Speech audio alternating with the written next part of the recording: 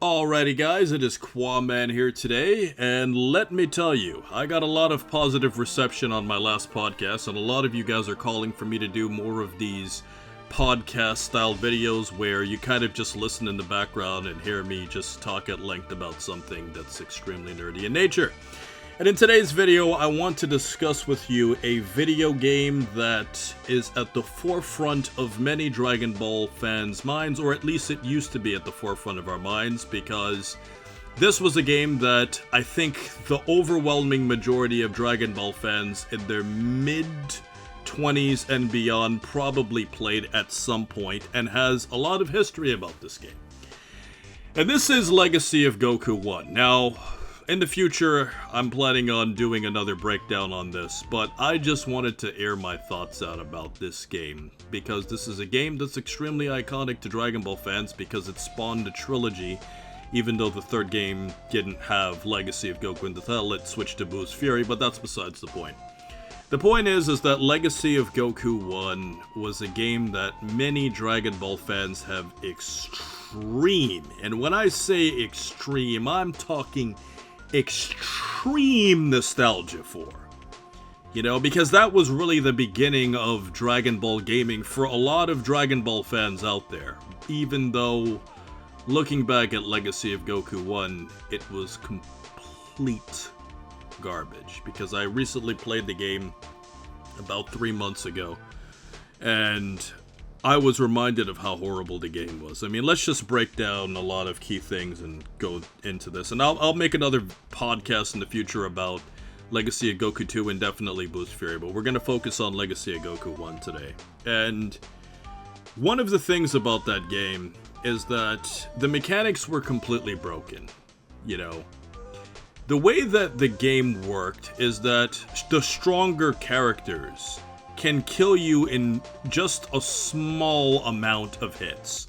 So if you're trying to play the game without cheating, because there's a very easy way that you can cheat in the game. You just press up, down, left, right, B, A, like in the intro of the game, and if you do that, you are completely invincible. So as a result of this, you can pretty much go through the entire game with no risk if you want to, but by doing that, you also eliminate the fun out of the game.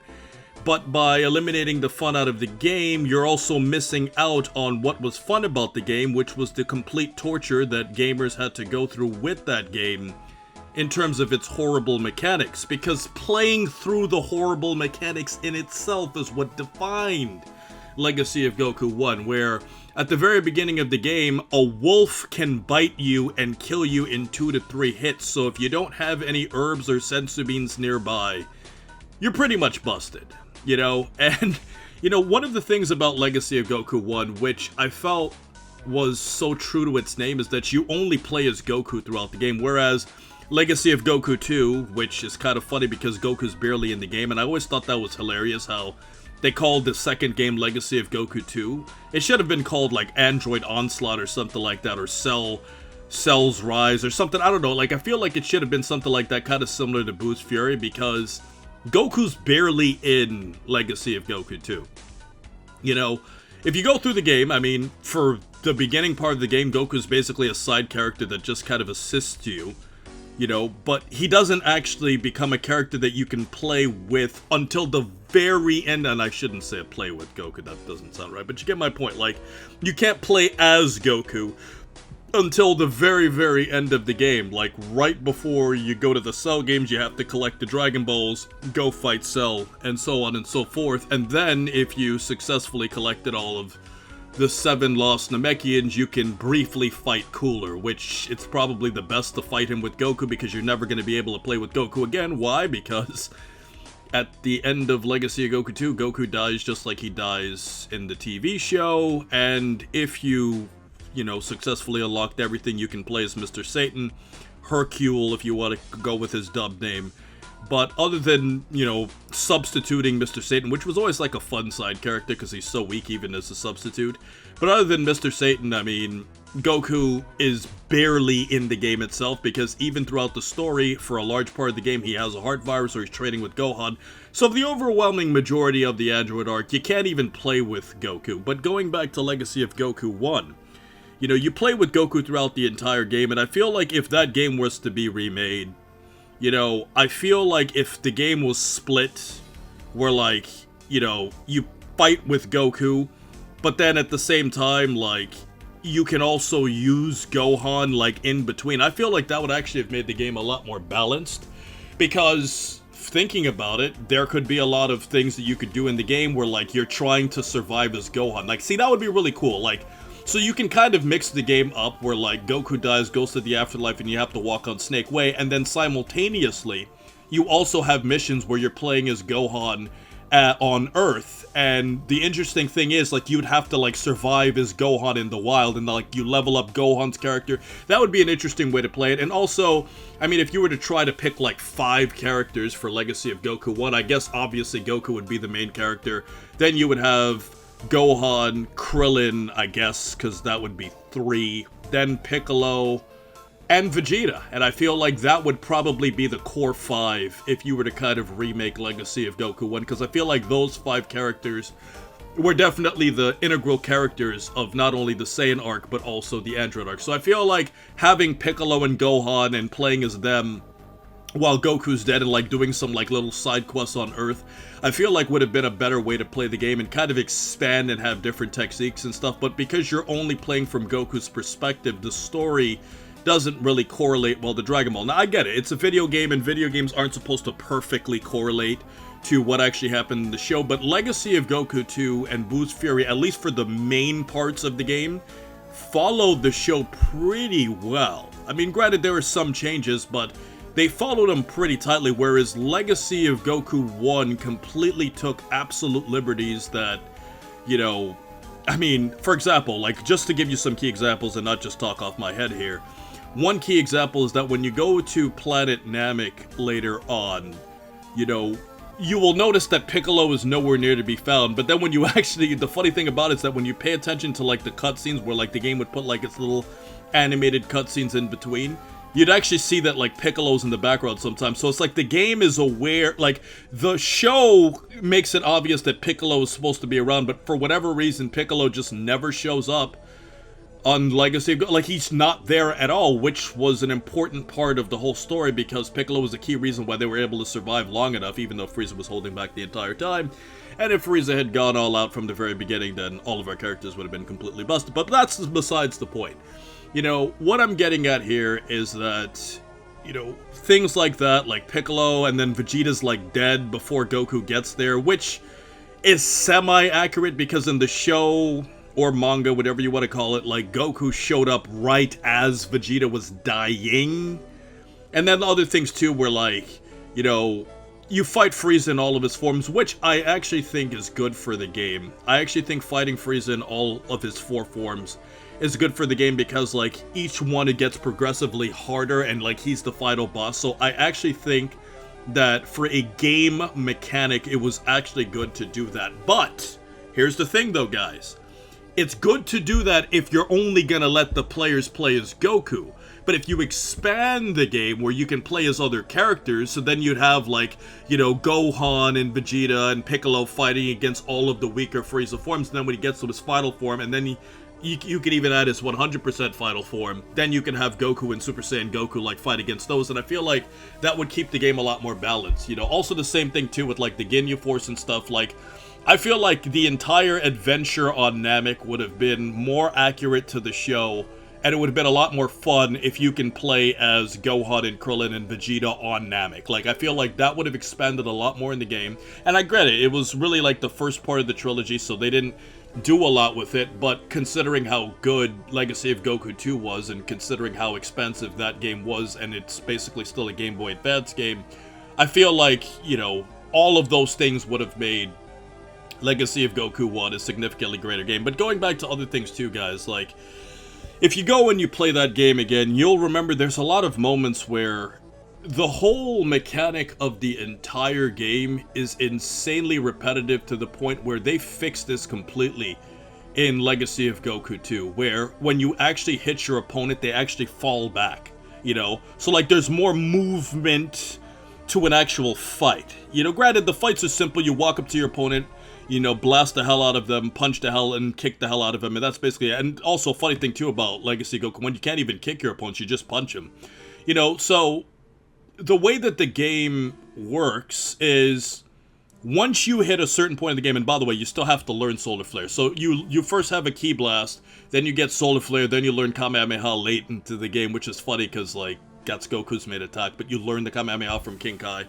I feel like, once again, you know, having Goku learn different techniques, like, throughout the game would have been, you know, more interesting. And then, like, you could say, like, King Kai could teach you the Spirit Bomb, which I felt might be actually really cool. But, you know, I feel like the mechanic of you go up to your opponent, you spam the Solar Flare, because pretty much, guys, if you've played this game, you would know that the Solar Flare is literally your entire lifeline. It is the most important move for you to use in the entire game, and anybody who is listening to this video right now is nodding your head with perfect alignment with me. You and I are communicating in the Force. Like, I don't even need to hear your voice. If you were a viewer and you're typing in the comment section like nods in agreement with Quaman, you are feeling the essence of what I'm saying right now because you know I'm speaking the truth. Without Solar Flare, the game would be completely impossible to beat without cheat codes. That game would literally be impossible to beat because there's no knockback effect. So when you fight your opponent, the whole strategy is this. You spam Solar Flare right in front of them.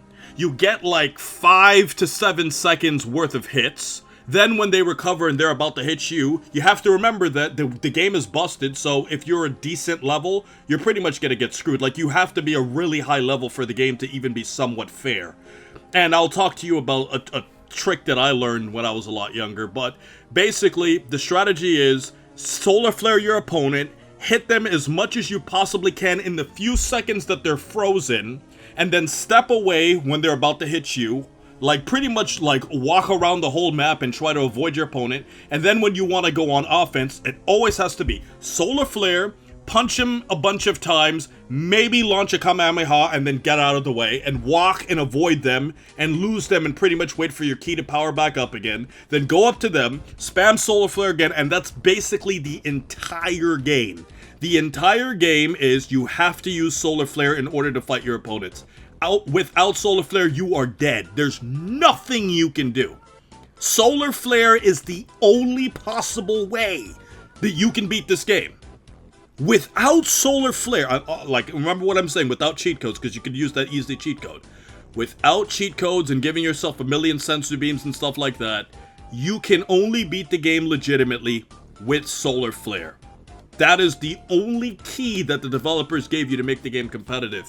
And, you know, one way that I used to play this game was I semi-cheated, where instead of, you know, using a cheat code, what I would do is I would just max my level out because the game is so busted that a wolf could kill me so easily. So I'd just make myself level 25, like really, really early in the game. And I actually figured out an extremely easy way to do it.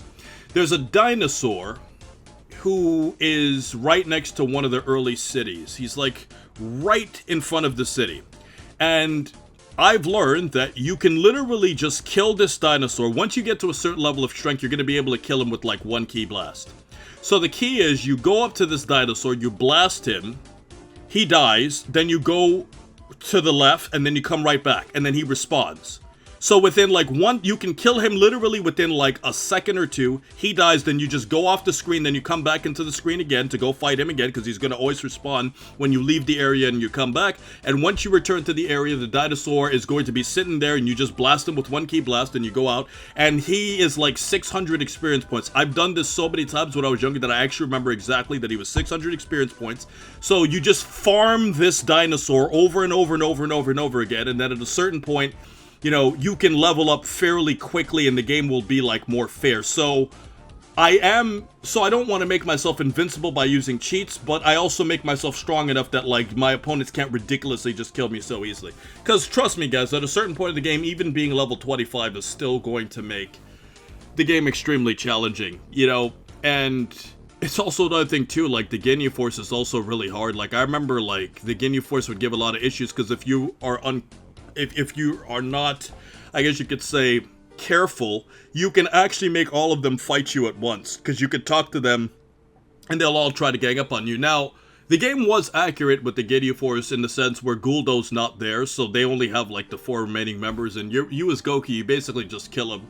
But it's just like funny how you beat them, but then you just have a reason to have to go into the rejuvenation chamber. And during all of this time, I felt like there were a lot of things off screen that the game could have done to, you know, have you play with other characters. So ultimately, I mean, I feel like the game should have been called like Dragon Ball Z, I don't know, Frieza's Empire or something like that. I'm making up a title, but I feel like every game should have been a similar style to Legacy of Goku 2 and 3, but obviously when you're doing something for the first time, you can't think of everything. It's the same thing with YouTube, you know, like, I didn't think of all the things that I think of now on YouTube when I was starting off. If I did, I obviously would have done things different back then. Like, you kind of have to go through the hard times and wait for competition to come and see what other people are doing and see how people are copying you and see what other people are doing different and see, you know, your subscribers' feedback on how to improve your videos. Like, it's not like a process like, you know, you take, you know, the late 20s Kwaman brain in 2023 and then like,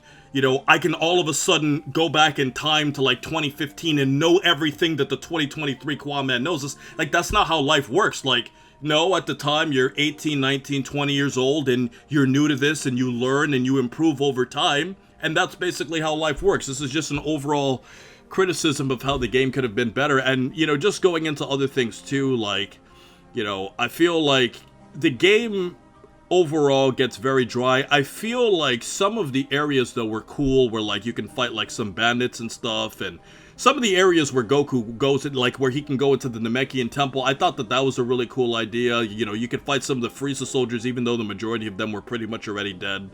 Most of them were dead by the time that Goku had even gotten there. But, you know, the point that we're trying to get at is there were a lot of other areas that could have been improved. However, guys, I do feel like the final battle was so awesome for this, where like Frieza goes into his final form and then you turn into a Super Saiyan, but the thing is, you don't really get a chance to feel how strong a Super Saiyan is, because Frieza's in his final form, so the game is kind of designed in a way where you will never be able to really feel how strong a Super Saiyan is, because the game scales itself up to Frieza in this final battle, you know?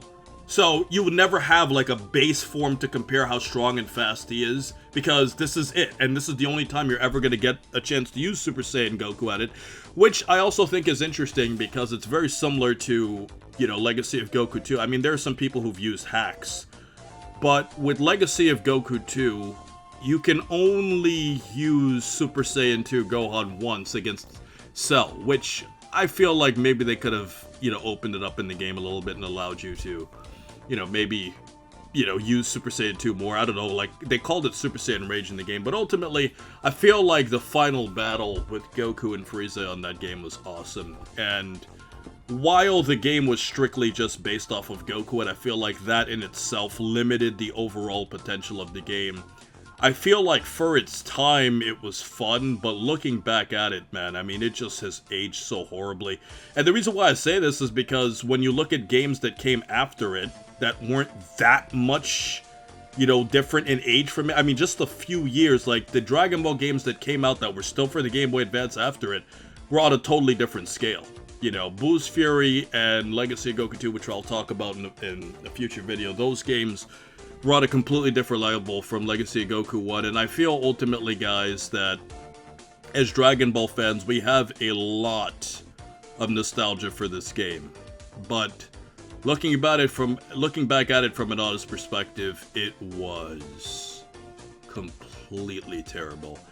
But it had a lot of fun, and I also feel like, you know, the adventure that you go through with Goku, like, I feel like a lot of the little side quests they added with, like, the whole Mez and Gauze thing, the two demons, you know, in Hell, or the Home for Infinite Losers, like, I feel like those little things where, like, you're trying to, like, you know, you're seeing all of the spirits and all of that, like those parts of the game were really fun. I feel like those parts of the game were fun where, like, you explore parts of the world that you'd never be able to explore. Also, kind of like how at the beginning of the game you see Chi-Chi, which, like I said, is not accurate at all, but I do feel like if you're trying to add side missions to the game, like Goku going home real quick and then kind of having to work himself up before he goes to fight Raditz, I actually think that that's really cool, because the game needs you to prepare yourself, because if you just go fight Raditz right away, like you're supposed to be killed, and they have to give Raditz some respect, you know. And also, another thing too, is it would also have been interesting if maybe Piccolo could fight against Raditz, but I feel like having Goku fight and then, you know, have Piccolo and Gohan, like, do side quests after, I feel like the game could have been a lot deeper, more advanced, and I feel like overall, it was fun, but when we opened our eyes, we were like, wow, that game was garbage.